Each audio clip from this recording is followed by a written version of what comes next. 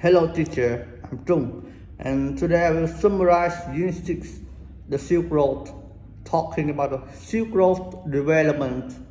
The Silk Road was a trade route between Europe and Western China for 1500 years, starting from 100 BCE to 1400 CE. In part 1, we're talking about overview of 3 dynasties in China. The first, Han Dynasty, from 206 BCE to 220 CE. The second, Tang Dynasty, from 618 to 907 CE. The third, Ming Dynasty, 1368 CE. In part 2, we're talking about the Silk Road development. The length of the Silk Road is 5,000 miles. It's about 8,000 kilometers. The reason for developing the Silk Road is for trading goods. Next, we're talking about the history of the Silk Road on each end of the route. We have 3 stages. First, beginning of Silk Road. In the west end, in that moment, Romans living in Europe, Mediterranean Sea, and east end, in China, Han Dynasty took in power in that moment. In west end, in 100 BCE, they learned about luxury goods from China and they wanted in east end. In 138 BCE, Emperor Wu wanted to make strong army, so he wanted to buy big strong horses.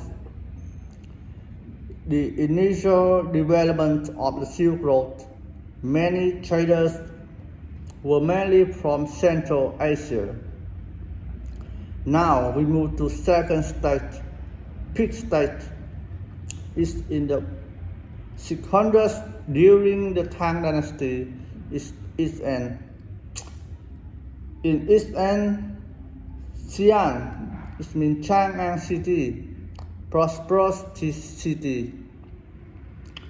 There are 2 million people living there, including about 1,000 foreigners.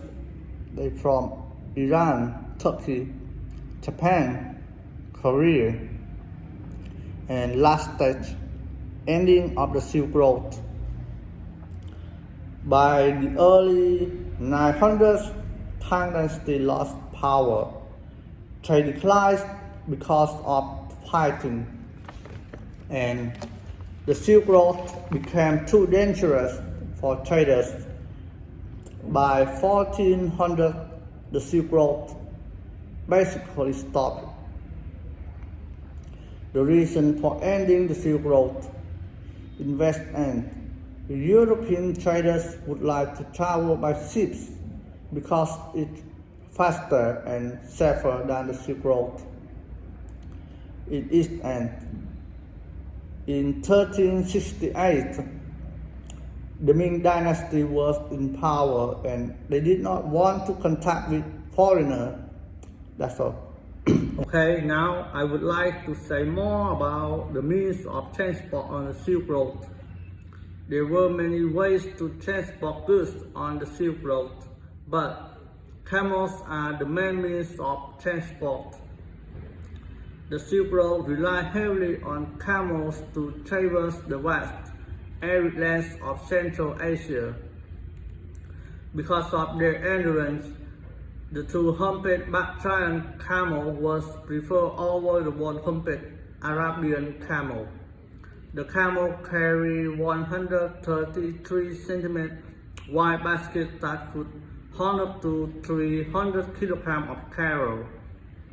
Each camel could carry on its back an average of 3 horses worth of cargo.